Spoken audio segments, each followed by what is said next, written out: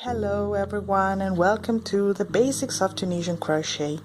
I'm Sarah, today with a special guest, my cat Marceline, sleeping hopefully until the end of this video. Today I'm showing you how to change color in Tunisian crochet. Now, one of the greatest qualities of Tunisian crochet is the amazing color work you can obtain thanks to the very nature of how Tunisian crochet is worked, with a forward pass, a stage in which you cast on all stitches on the hook, and a return pass, a stage in which you cast off those stitches off the hook. You can change color everywhere within a row in Tunisian crochet, but you will obtain different effects. So, for example, let's consider color change at the left edge of your work. Here I have just worked a couple of rows in Tunisian simple stitch. I have completed my forward pass in this nice blue color, and now I want to change to this orange color. So let's call the blue color A and the orange color B. So what I do, instead of yarning over with my working yarn, I will attach my new color, and I do it like this, very simply. You can also make a knot and tie it to the hook, and then I proceed with my return pass by yarning over. Let's consider this a yarn over, and pulling through the first loop only at the beginning, and then through 2 loops together as usual. As you see, in this case I am pulling through 2 loops in different colors, and this is why the effect at the end is of 2 colors mixed together. So then I proceed with a forward pass with my next row in color B, the orange one, as usual in Tunisian simple stitch. And when I reach the end of the forward pass, like this, I find myself in this situation where I have both colors, both yarns at the left edge, so I can decide to perform the return pass either in the blue color or in the new color. So if you want to obtain the beautiful color work I was talking about, at this point you change color again and pick up color blue, the color A again, and proceed with the return pass as usual by yarning over with color blue and pulling through 1 loop only first and through 2 loops together till the end of the row. Again I am pulling through 2 loops in 2 different colors, but the colors are reversed in a way. So this is what happens. You see? Now I proceed working with my blue yarn, of course, which is my working yarn right now.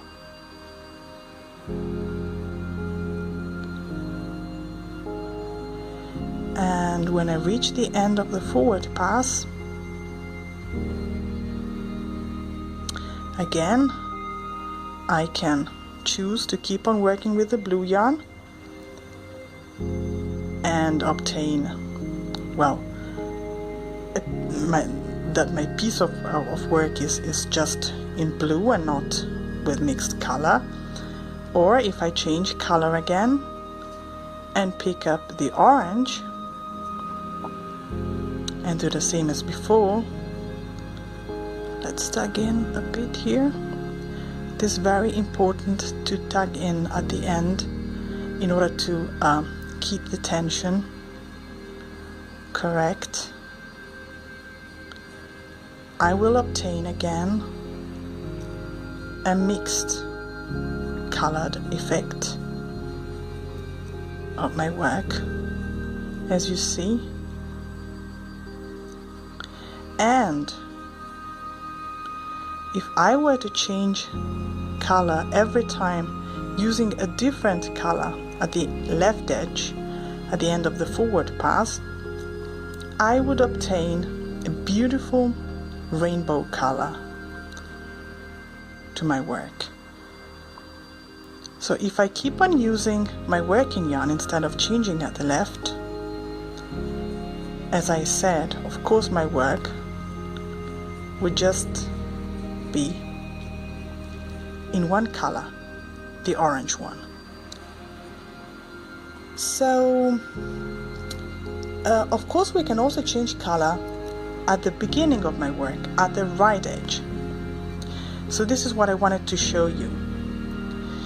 Once you have completed the forward pass, as I have done, and you have almost completed the return pass, instead of completing it by yarning over end and pulling through the 2 loops on the hook and finding yourself in this starting position, what you do instead is this. Sorry. Oops. Okay. So you are left with 2 loops on the hook. You pick up your new color. Let's pick the same, the blue one, and you complete the return pass using the new color. In this way you can start the next row with a new color. And as you see, the effect you obtain is that of a totally neat color change where the colors are not mixed together. Of course I will complete my row with a return pass in the same color I'm working in. If I were to change color at the left edge again, I would obtain again a mixed color effect. So as you see, here I have 2 rows in 2 different colors. Finally, you can also change color within a row, everywhere you like. So for example,